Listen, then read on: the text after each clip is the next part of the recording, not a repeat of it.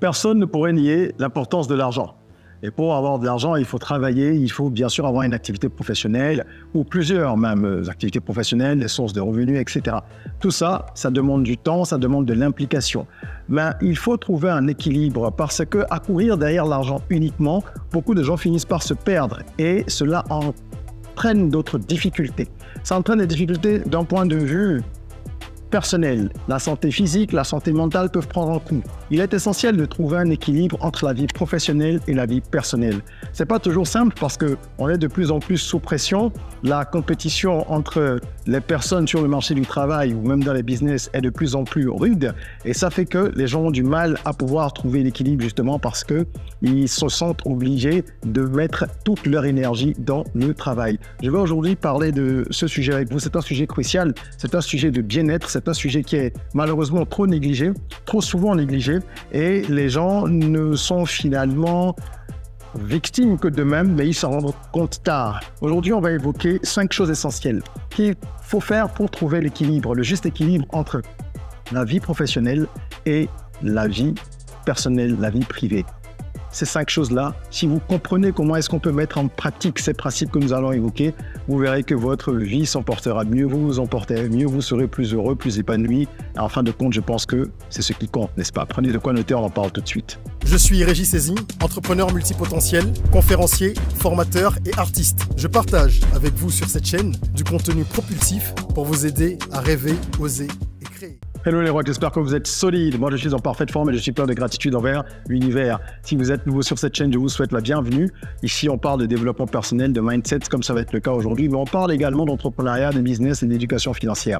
Ces sujets, pour moi, sont tous interconnectés parce qu'ils permettent de mettre en œuvre l'essentiel pour développer justement sa croissance, pouvoir accélérer même, je dirais, sa croissance personnelle et professionnelle. Abonnez-vous donc et activez la cloche de notification si vous nous rejoignez dans la communauté ROC, la communauté des gens qui rêvent, qui osent et qui créent. ROC, vous avez compris le mantra. Alors, équilibre vie pro, vie perso. Comment est-ce qu'on parvient à cet équilibre-là? Ce n'est pas une chose aisée, ce n'est pas simple. Et il faut comprendre que tout part de la volonté. Il faut déjà décider de trouver cet équilibre. Il faut se décider à le trouver. Il faut se décider à mettre les choses en place, à se dire, OK, là, ça ne va plus. Il faut que je prenne une certaine résolution. Ou alors, en prévention, il faut se dire, je ne veux pas en arriver là. J'ai vu des gens autour de moi à qui c'est arrivé. Je ne veux pas me retrouver dans cette situation où finalement tout est bruyante, la vie perso, la vie pro. On est malheureux, on court tout le temps derrière le cash, derrière les projets. On a peut-être de l'argent, un peu, beaucoup, peu importe, mais au fond, on n'est pas heureux, on ne se sent pas bien. Alors, accomplir sa mission sur Terre, c'est important. Ça passe généralement par le travail, mais il est encore plus important de maintenir sa santé, d'entretenir le corps que Dieu nous a prêté et également l'esprit. Parce que au-delà de tout, ce qui va influencer votre vie, ça va être votre état d'esprit général. Quelle est donc la première chose? Ce premier principe que je veux partager avec vous, il s'agit de définir des limites très claires. Ça, c'est la première chose que vous devez faire. Définir des limites entre la vie professionnelle et la vie personnelle. Parce que souvent, tout est brouillé. Évidemment, on ne sort pas d'une vie pour entrer dans une autre, puisque c'est au cours d'une même journée, au cours des mêmes heures, qu'on fait un petit peu tout ce qui concerne le boulot et la vie perso. Vous pouvez être au travail et recevoir un appel d'un oncle sur un sujet de famille, etc. Mais vous devez définir quand même des limites pour pouvoir savoir où s'arrête chaque tâche, chaque domaine. Pour le faire, il faut déjà avoir des heures de travail fixes. C'est pour ça que la planification, c'est essentiel et l'organisation, justement, sont essentielles. Vous devez avoir des heures de travail. Quand vous êtes un employé, on vous dit tu bosseras de 8h à midi, de 14h ou de 15h à 17h. Ce sont des exemples, n'est-ce pas? Quand vous êtes à votre compte, déjà même pour les employés, les salariés, ce n'est pas toujours le cas. Il y a toujours des débordements, mais au moins c'est encadré. Quand vous êtes à votre compte, c'est plus compliqué. Vous avez intérêt à tout de suite borner les choses parce que sinon, vous allez vous épandre tout le temps et déborder à tout va. Moi, pendant je crois, les 6-7 premières années, j'en suis à 15 ans d'entrepreneuriat parce que j'ai fait que ça depuis que je suis sorti d'école. Toute ma vie professionnelle se résume à être entrepreneur et consultant, etc. Donc, je ne connais que ce format-là. Et pendant les 7-8 premières années, j'étais un peu dans ce schéma où je bossais énormément, mais sans avoir un cadre. Aujourd'hui, je bosse toujours autant, mais je suis plus productif parce que j'ai fait certains réglages et j'ai mis certaines limites. Au-delà de certaines heures, vous devez vous dire, je ne vais plus travailler, j'arrête de bosser à telle heure. S'il y a des urgences exceptionnellement, ok, je pourrais déborder. Mais quand ce n'est pas une urgence urgentissime, alors je remets à plus tard tout simplement. Donc il faut définir ces limites-là clairement et les respecter autant que possible. Parce que c'est en faisant ça que vous allez respecter également votre vie personnelle. Vous devez également apprendre à dire non aux demandes professionnelles qui empiètent sur votre vie personnelle. Tout ce qui va arriver le week-end ou au-delà même des heures. Évidemment, il y a des exceptions, je l'ai dit. Moi-même qui me parle, ça m'arrive de solliciter mes collaborateurs pour qu'ils travaillent au-delà de ce qui est défini contractuellement dans une entente, d'accord? Parce que les objectifs l'exigent. Mais c'est une question d'équilibre. Si je le leur demande et qu'ils acceptent de le faire, c'est parce qu'ils savent que c'est exceptionnel et que d'habitude, je ne suis pas quelqu'un qui cannibalise leur temps. Et c'est également parce que parfois, lorsqu'il y a un peu moins de travail, je n'ai pas de mal à laisser les gens prendre un petit peu leurs aises, arrêter de travailler à 17h, même si normalement c'est 18h, mais s'il n'y a plus grand-chose. Voilà, la souplesse vous permet d'équilibrer les choses le moment venu. Donc c'est important pour soi, c'est important de comprendre ça pour les autres aussi si vous êtes un manager et de savoir respecter le temps de vos collaborateurs. Parce que des collaborateurs qui sont malheureux, ils ne vont pas vous fournir un travail de qualité. C'est super, super important. Ensuite, vous devez planifier toujours dans ce premier grand principe-là qui consiste à délimiter les choses clairement. Vous devez également planifier des moments pour travailler, mais également des moments pour vous détendre. Parce qu'on a souvent un planning pour le boulot. On dit par exemple, tu bosses de telle à telle heure. Oui, mais de quelle heure à quelle heure tu te détends? Est-ce que ça, tu l'intègres dans ton planning de ton emploi du temps? À quel moment est-ce que tu arrives à pouvoir faire la distinction entre les deux sphères de ta vie? Il faut intégrer ça aussi. Moi, dans ma routine, par exemple, le matin, je sais que quand j'ai fini un certain nombre de choses au niveau de ma morning routine, je dois faire une petite page de mots fléchés, même si je ne l'achève pas, parce que parfois il y a des pages qui sont très difficiles, je l'ai peut-être achevé à moitié, d'accord? Et que je dois faire un peu de lecture. Moi, ce sont des choses qui me détendent et qui me font du bien. Il y a aussi de la musique que j'écoute, un certain type de musique. C'est pas la même musique que j'écoute le matin que celle que j'écoute le soir. Donc, vous devez intégrer tout ça pour avoir des plages horaires dédiées à certaines choses. Enfin, je dis plage horaire, c'est pas forcément 1 heure. Ça peut être 10 minutes, d'accord, que vous consacrez à faire ceci, 15 minutes à faire une petite méditation à la mi-journée, etc. Et tout ça, ça vous permet de vous sentir mieux parce que vous savez que vous avez également aménagé votre temps en pensant un peu à vous-même. Très important. Une fois qu'on a fini ça, il y a le second principe qui consiste à prendre soin de soi. Je viens d'évoquer des bribes de ce principe-là, mais là on va rentrer en profondeur. Prendre soin de soi, c'est-à-dire tout ce qu'on appelle le self-care. Donc, parfois en français les gens parlent d'auto-soin. Moi c'est un terme qui me fait rigoler, comme beaucoup de termes anglais qu'on traduit en français. D'accord, le pourriel pour spam par exemple, c'est très rigolo. Bref, moi je préfère dire self-care, d'accord, prendre soin de soi simplement. Vous devez prendre soin de vous, c'est hyper important. Vous devez vous accorder du temps. Accordez-vous du temps chaque jour pour pratiquer des activités qui vous permettent de vous ressourcer, pas seulement de vous détendre. Ça peut être de la méditation, comme je l'ai dit. Ça peut être autre chose. Ça peut être de la natation. Ok? Et si vous ne pouvez pas faire de la natation tous les jours, peut-être que vous faites de la natation une fois en passant, 2-3 fois par semaine, mais il faut que ce soit défini et que ce soit intégré dans votre routine. Comme ça, vous savez clairement de quoi il s'agit et vous savez comment vous pouvez organiser votre temps. Super, super, super important. Pour d'autres personnes, ça peut être écouter de la musique. Je connais des gens qui, dès qu'ils ont un peu de temps, jouent à certains jeux, d'accord, sur leur téléphone portable. Si c'est ça qui vous détend, faites-le. Tout simplement. Donc, c'est à vous de savoir ce qui peut vous faire du bien. Je vous invite justement à écouter l'album de développement personnel Soyons Rock, qui est un album que j'ai réalisé et qui propose de la musique urbaine, mais avec des thèmes de développement personnel. Donc, on est vraiment dans une fusion du travail sur le mindset à travers la musique qui va toucher votre subconscient et donc, on va dire, presque sans que vous ne fassiez quoi que ce soit, votre façon de réfléchir va être modulée, évidemment, si vous écoutez de façon régulière ces morceaux-là. Donc l'album, il est disponible en streaming sur toutes les plateformes. Vous pouvez également l'acheter et avoir dans ce cas-là un livret qui est offert avec l'achat, un livret avec 12 clés de mindset. Le lien est dans la description. Écoutez l'album Soyons Rock. Il y a plusieurs thèmes intéressants là-dessus.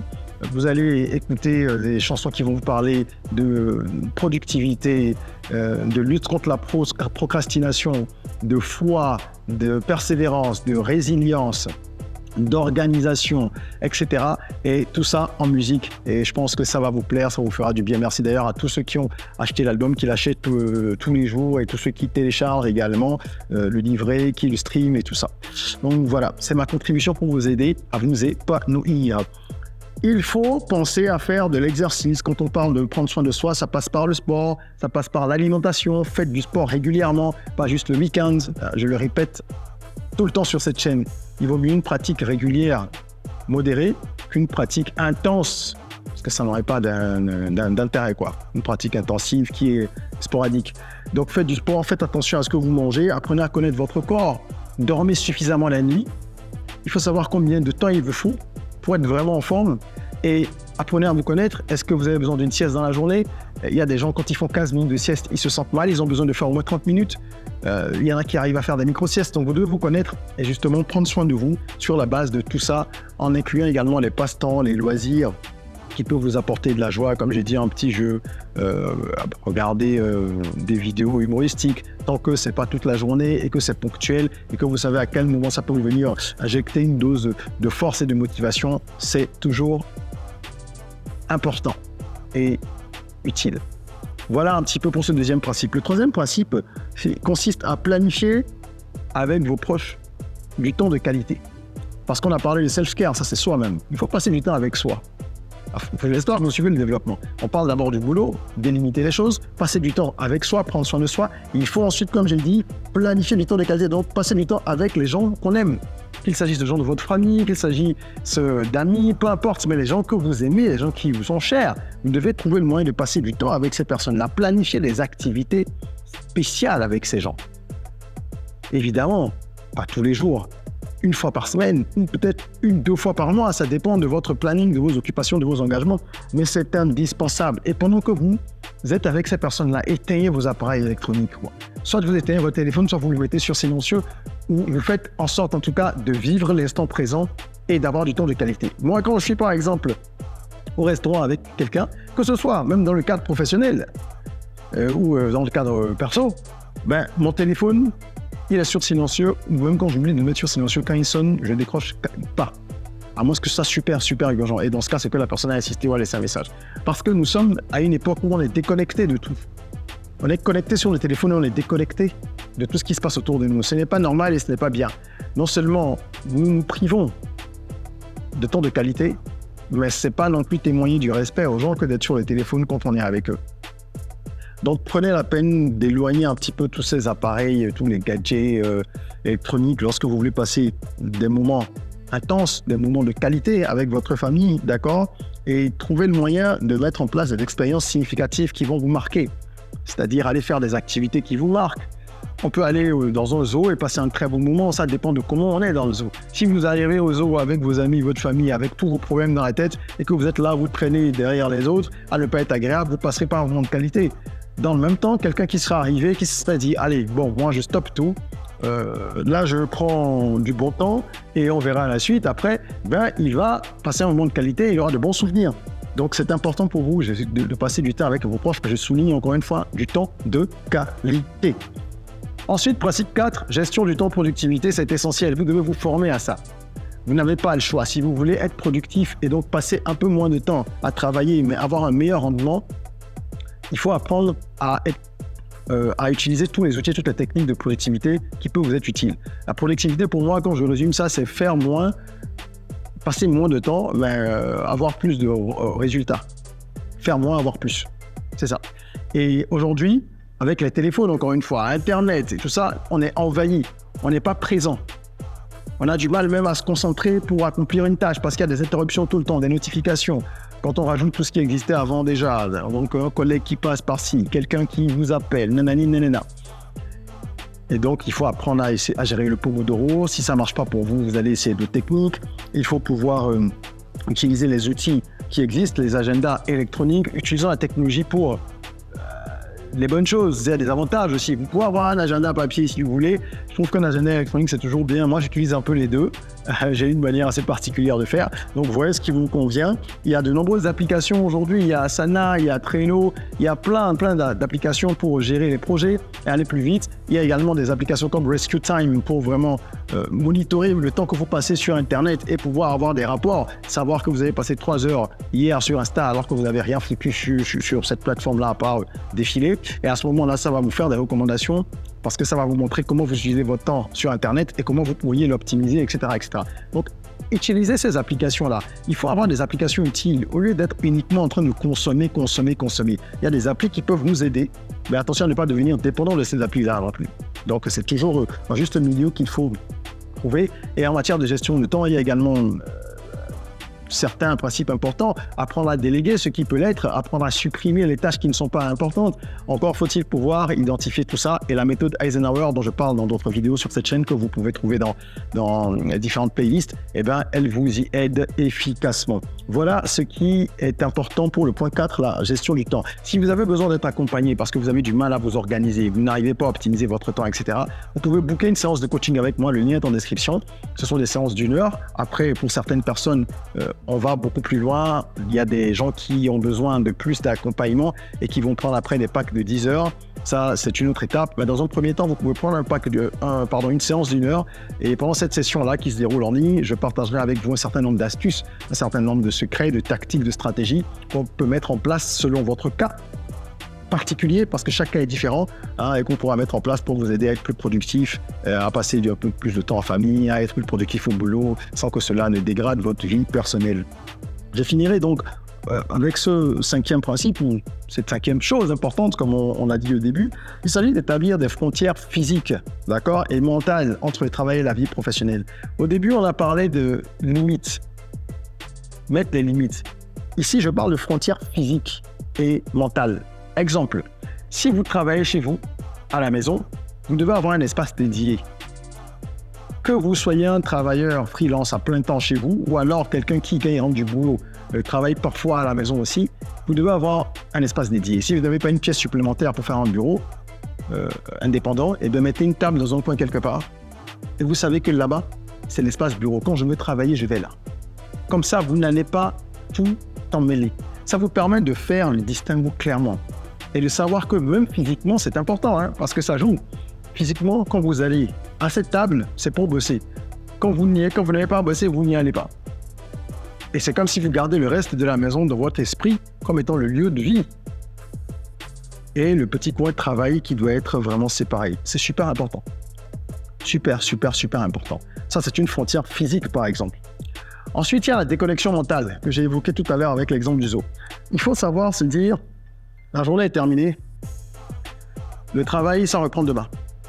Évidemment, on ne peut pas éteindre le cerveau et les pensées. C'est pas aussi simple que ça, sauf pour des gens qui sont très avancés dans la méditation, par exemple. Mais à défaut d'éteindre complètement les pensées, il faut au moins ralentir le flot.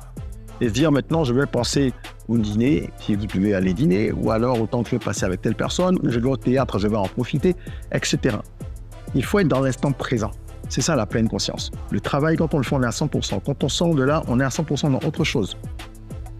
Parce que si vous êtes tout le temps préoccupé par les dossiers du boulot, ça va être compliqué.